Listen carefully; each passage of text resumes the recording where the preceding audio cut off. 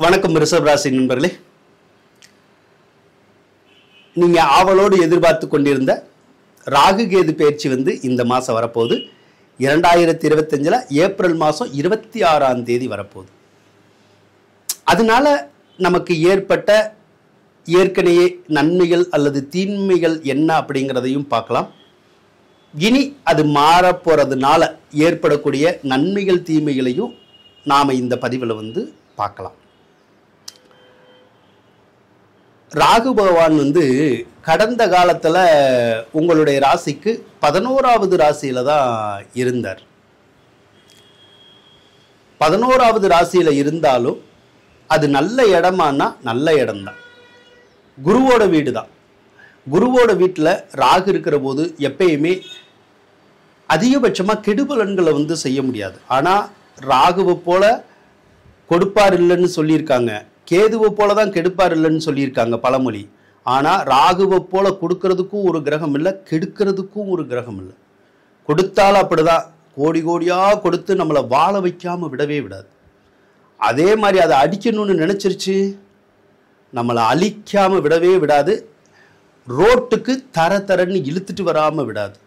அவ்வளோ பெரிய வேலையெல்லாம் அந்த ராகு பகவான் செய்வார், பார்த்துக்குங்க. சரி, இப்போ கடந்த காலத்தில் ராகு 11வது ராசியில் இருந்தார். 11வது ராசியில் இருக்க போது எப்பயுமே நமக்கு நன்மைகள் செய்யணும் அப்படிங்கிறது ஒரு விதி. அதனால் அவர் நன்மைகள் தான் செய்வார். ஆனால் பிற கிரகங்கள் இருக்குல்ல, குரு இருக்காரு, சனி இருக்காரு, இந்த மாதிரி கிரகங்கள்லாம் ஒரு கெட்ட சூழ்நிலையில் இருக்கிற போது இந்த ராகு கொடுக்கக்கூடிய நன்மைகளை மட்டும் உங்களால் உணர முடியாது. காரணம் என்னன்னா, இப்போ குரு பகவான்ல ஜென்ம குரு உங்களை எதையாவது இழந்துட்டு நடு ரோட்டில் நிற்க வைக்கணும்னு இருக்கும். ஸோ ஏதோ ஒன்று உங்கள் கையை விட்டு போயிடும், முக்கியமான விஷயம் போயிடும். அதனால ஒரு மாதிரி மனசு நிம்மதியாக இருக்காது. அது ஒரு குழப்பத்தில், பயத்தில், ஏதோ ஒரு விதத்தில் தூங்க முடியாமல் மன உளைச்சலோடு இருக்கிற மாதிரி குரு பகவான் பண்ணிடுவார். அப்போ குரு பகவான் பண்ணுற போது ராகு கொடுக்கக்கூடிய நன்மைகள் உங்களுக்கு தெரியுமான்னா தெரியாமல் போயிடும். ஆனால் ராகு கடந்த காலத்தில் நன்மைகளை தான் செய்வார். இந்த லாட்ரி ரேஸு, சூதாட்டம், அந்த மாதிரியான விஷயத்துலலாம் நன்மைகளை கொடுக்கறதுக்குடைய கிரகம் ராகு தான். அதே மாதிரி கோர்ட்டு கேஸு, வம்பு வழக்குகள் எல்லாம் தீர்த்து வைக்கிறது ராகு தான் தீர்த்து வைப்பார். என்ன, உங்களுடைய மூத்த சகோதர சகோதரிகள் இருந்தால் அவங்க கிட்ட மட்டும் பிரச்சனை பண்ணி விட்டுருவார். அதாவது அவங்களுடைய கருத்து வேறுபாடு அல்லது அவங்களுக்கு உடல்நல கோளாறு, அந்த மாதிரி பிரச்சனைகளை ராகு பகவான் கொடுத்துருந்துருப்பார். சரி, இப்போ ராகு பகவான் ஏப்ரல் 26ஆம் தேதி உங்களுடைய ராசியிலிருந்து, அதாவது 11வது இடத்துலேருந்து 10வது ராசிக்கு வரப்போகிறார். அப்போ ராகு 10வது ராசிக்கு வந்தால் நல்லா இருக்குமான்னா 2 விதமாக வேலை செய்யும். எப்படி வேலை செய்யும் அப்படின்னா, ஏற்கனவே ஒருத்தருக்கு வேலையே இல்லை, கட்டாயம் வேலையை கொடுத்துரும். அது பிரைவேட் வேலையோ கவர்மெண்ட் வேலையோ ஏதோ ஒரு வேலை கொடுத்துரும். அப்போ உங்களுடைய வாழ்க்கையை ஒரு பொற்காலமாக கண்டிப்பாக அது மாற்றி விட்டுரும். அதே மாதிரி ஏற்கனவே ஒருத்தருக்கு பிஸ்னஸ் பண்ணிட்டு இருந்திருக்காங்க, பிஸ்னஸ் லாஸ் ஆயிடுச்சு, இப்போ வேலையும் இல்லை, பிஸ்னஸும் இல்லை, எதுவுமே இல்லை, சும்மா நிர்கதியாக நிற்கிற மாதிரி இருக்குது. அவங்கள மாதிரி ஆளுகளை புதுசாக தொழில் தொடங்க வச்சிருவார். தொழில் தொடங்குனா நல்லா இருக்குமானா நல்லா இருக்கும். அப்போ உங்கள் சுய ஜாதகத்துப்படி என்ன தொழில் தொடங்கணும்னு இருக்கோ தொடங்கிக்குங்க. அப்படி தொடங்கினீங்கன்னா கண்டிப்பாக அந்த தொழில் உங்களுக்கு விருத்தியாகும், நல்ல பலன்கள் கொடுக்கும், நல்ல முன்னேற்றத்தையும் கண்டிப்பாகவே உங்களுக்கு கொடுக்குங்க. சரி, ஏற்கனவே ஒரு சிலர் வேலை பார்த்துக்கிட்டு இருப்பாங்க, ப்ரைவேட்டில் வேலை பார்த்துட்டு இருப்பாங்க அல்லது கவர்மெண்ட்டில் கூட வேலை பார்த்துட்டு இருப்பாங்க. அவங்களுக்கு வேலை பார்க்குற இடத்துல கொஞ்சம் தொந்தரவு இருக்கும்.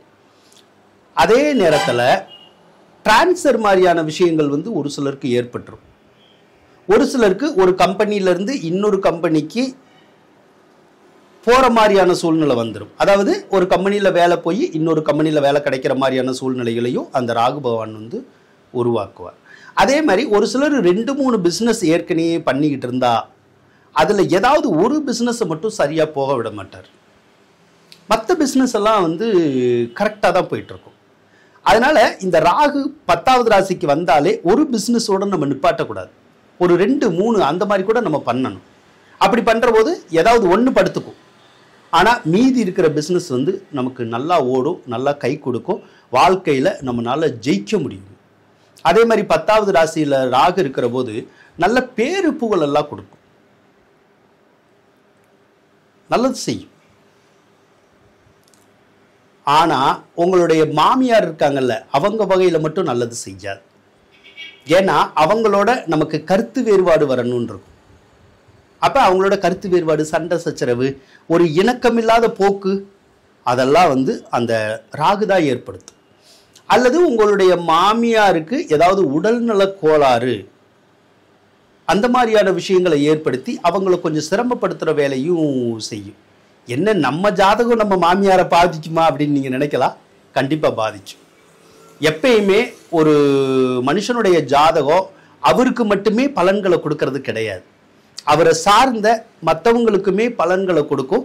நம்மளால பார்க்க முடியும் யாருக்கு என்ன பலன்கள் நடக்குங்கிறத நம்மளால தெளிவாக பார்க்க முடியும்.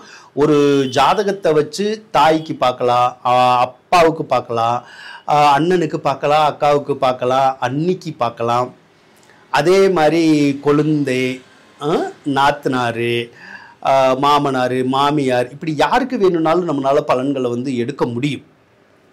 சரி, அப்போ ராகு பகவான் சில மாற்றங்களை கொடுப்பாரு. ஒரு சிலருக்கு ரொம்பவே நல்ல மாற்றங்கள் எல்லாம் கொடுக்கறதுக்குடைய சந்தர்ப்பம் வந்து இருக்கு. அதே மாதிரி ராகு 10ல் இருந்தால் கர்ம தோஷம் இருக்கும். அதையும் நீங்கள் பார்த்துக்கணும். கர்ம தோஷம்னா உங்கள் வீட்டில் யாருக்காவது ரொம்ப வயசானவங்க இருந்து உடம்புக்கு ரொம்ப சரியில்லாமல் போச்சுன்னா காப்பாற்ற முடியாது. ஏன்னா அதுதான் கர்ம தோஷம் அப்படின்னு சொல்கிறது. சரிங்களா? சரி. அதே போல் இப்போ கேது பகவானை எடுத்துக்குவோம்.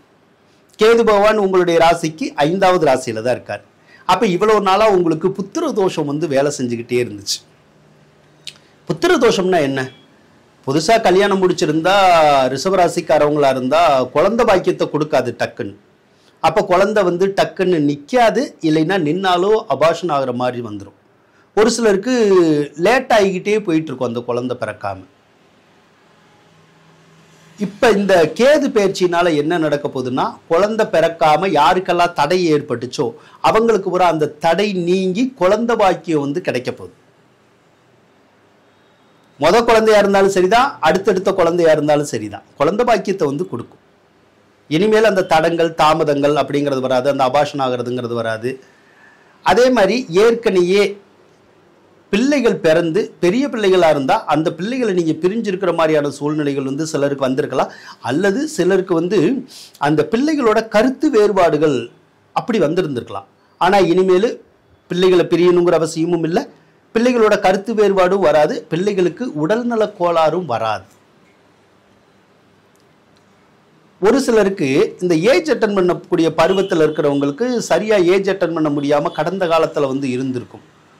இதே ரிஷபராசிக்காரவங்க குழந்தைங்க பொண்ணுங்க வந்து ஒரு 12-13 வயசு இருந்தால் ஏஜ் அட்டன் பண்ண மாதிரியான விஷயங்கள் நடக்காமல் போயிருந்திருக்கும். தாய் தகப்பன் கூட கவலையாக இருப்பாங்க, என்ன நம்ம பொண்ணு பெரிய பொண்ணாக இருக்குது, பட் இன்னும் ஏஜ் அட்டன் பண்ணல அப்படின்லாம் கவலைப்பட்டு இருப்பாங்க. அவங்களுக்கெல்லாம் பார்த்தீங்கன்னா இந்த கேது பயிற்சியினால் ஏஜ் அட்டன் பண்ணக்கூடிய ஒரு சந்தர்ப்பத்தை உருவாக்கி கொடுத்துரும் அந்த கேது பகவான். அப்போ விஷயங்கள் நல்லா இருக்குமானா நல்லா இருக்கும். அப்போ கேதுனாலேயே நமக்கு நன்மைகள் கிடைக்குமானா கிடைக்கும். ஆனால் அது ஒரு சில நெகட்டிவான பலன்களையும் கொடுக்கும். அது என்ன நெகட்டிவ் கொடுக்கும் அப்படின்னா, 4வது ராசிக்கு தான் அவர் வர்றாரு. 4வது ராசிங்கிறது தாயாருக்குடைய ராசி தான். அப்போ ஒன்று தாயாருக்கு உடம்பு சரியில்லாமல் போகலாம், இல்லைன்னா தாயாருக்கு கூட கொஞ்சம் கருத்து வேறுபாடுகள் வரலாம். ஏதோ ஒரு வகையில் எப்பயோ நாம் வாங்கின சொத்துக்கள் இருக்குல்ல, அந்த சொத்துக்களில் ஏதாவது ஒரு வகையில் பிரச்சனைகள் வர்றதுக்குடைய வாய்ப்புகள் இருக்கும். ஒரு சிலருக்கு வீடு மாறுறது, ஊர் மாறுறது, அந்த மாதிரியான பலன்களையும் அந்த கேது கொடுக்கறதுக்குடைய சந்தர்ப்பம் இருக்கும். அதே மாதிரி தாயாருக்கு ஒரு 1.5 வருட காலத்துக்குள்ள கேது பகவான் அக்னி கண்டத்தை கொடுப்பார். அது என்ன அக்னி கண்டம்? அக்னி கண்டம்னா அம்மை பார்க்குது இல்லை, அம்மை பார்க்கறது, பாடி ரொம்ப ஹீட் ஆகிறது, பருவு வர்றது, கொப்பளங்கள் வர்றது, புண்ணு வர்றது, அல்லது இந்த தலைவலி, வயிற்று வலி, கல்லடப்பு மாதிரி ஏதாவது வர்றது, அதே மாதிரி சூடான நெருப்பு உடம்புல படுறது, அல்லது சூடான எண்ணெய் இருக்குல்ல, இந்த தாளிக்கிற போதெல்லாம் பார்த்தீங்கன்னா அந்த எண்ணெய் வந்து முகத்தில் பட்டுரும். அந்த மாதிரியான ஒரு சில தொந்தரவுகள் வந்து உங்களுடைய தாயாருக்கு மட்டும் இருக்கும். அதனால் தாயார் வந்து சூடான பொருட்களை கையாளுற போது, சூடான பொருட்கள் பக்கத்தில் வேலை செய்கிற போது கொஞ்சம் கவனமாக இருந்தால் கண்டிப்பாக பாதிப்புகள் வந்து குறைஞ்சிரும், அல்லது பாதிப்புகள் இருக்காது. இதை தான் இந்த ராகு கேது பயிற்சி வந்து உங்களுக்கு கொடுக்க போகுது. அதனால வரக்கூடிய ராகு கேது பயிற்சி உங்களுக்கு நற்பலனை அதிகமாக கொடுக்குற மாதிரி தான் தெரியுது, கொடுக்கும். நன்றி நண்பர்களே. உங்களுக்கு இந்த வீடியோ பிடிச்சிருக்குன்னு நினைக்கிறேன். பிடிச்சிருந்தா ஒரே ஒரு லைக் மட்டும் பண்ணிடுங்க. சப்ஸ்கிரைப்பும் பண்ணுறதுக்கு மறந்துடாதீங்க. நன்றி நண்பர்களே.